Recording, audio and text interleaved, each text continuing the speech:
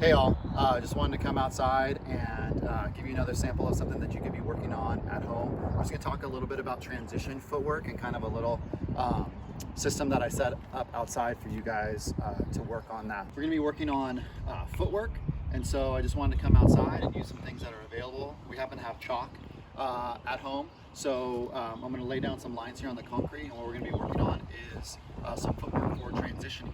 So what you see me draw right here is a line that kind of represents the net to me. If you don't have chalk, you can maybe use natural features, or if you have some cones at home, or even take some water bottles out.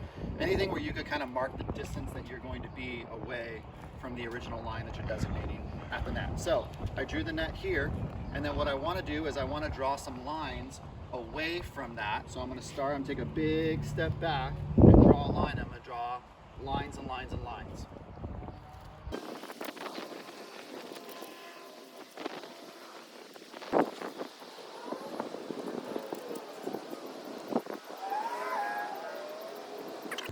And from here, what I want to do is kind of work away from this net area and do it with a three-step move, moving away from the net. So I'm going to turn, initial move, 1, and then I'm going to take 2 more steps, 2, 3, and I'm going to get to that position. And then from there, what I want to do is just make sure that I get on balance in that position. So for me, a pretty casual move away from here, 1, 2, 3, and then I'm off. So that takes me back along the lines, you see, almost to my back line there. So I know that for me, that's a pretty comfortable distance. The reason why I drew multiple lines is because we're different heights, we have different leg lengths, all sort of different things about us. So where I end up going away from the net is not necessarily where you are going to end up going away from the net. As I move back, when I get to a natural position of having transitioned away from the net, I feel like that's a really good spot to have a 3-step approach back towards the net. So once I get here, I'm going to be on balance, and the first thing that I'm going to do is take that slow little small walking step that doesn't cover hardly any distance, and basically is just kind of a body transfer, a body weight transfer I should say, onto this foot. For me as a right-handed hitter, it's onto my left foot, and then from there getting into a bigger move to get into my step close, that last right-left step.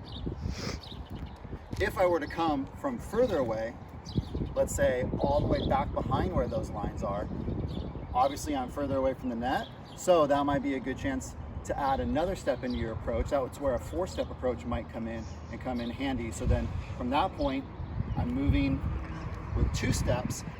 Look at, there's still little walking steps, right, left, into that same step close movement. Now, sometimes we don't have a lot of time to transition. I may not get all the way out to my natural spot, which is out here by the back line. I may have only gotten to the middle of these lines here, and I have to come in for a quick move, especially maybe if I'm a middle blocker, middle hitter, and I don't have a lot of time to transition, then I might be able to just go into my step close from there. So I wouldn't even take a step. We'd refer to that as a 2-step approach.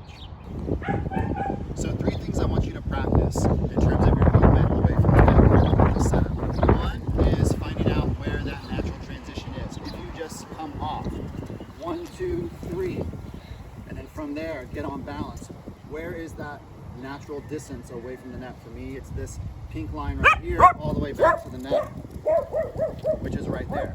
Now what I could also do is quicken up my steps. So if that's a natural kind of flowy move, maybe I quicken my steps and go 1, 2, 3. What does it look like if I do them really fast and I don't quite get as far? You see, now I'm to the 4th line instead of to the 5th line, doing it faster. Usually the faster your steps are, the smaller your steps are, and sometimes in volleyball we need to do that. We don't have time to do the biggest versions of our step.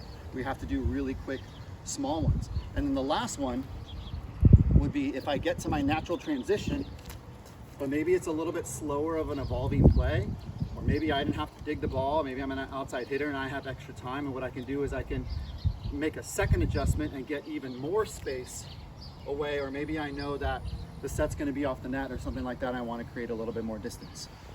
All right, so the 3 transitions off. Natural transition for you. So just an athletic move. 1, 2, 3. Where's that spot? So that's going to be 1.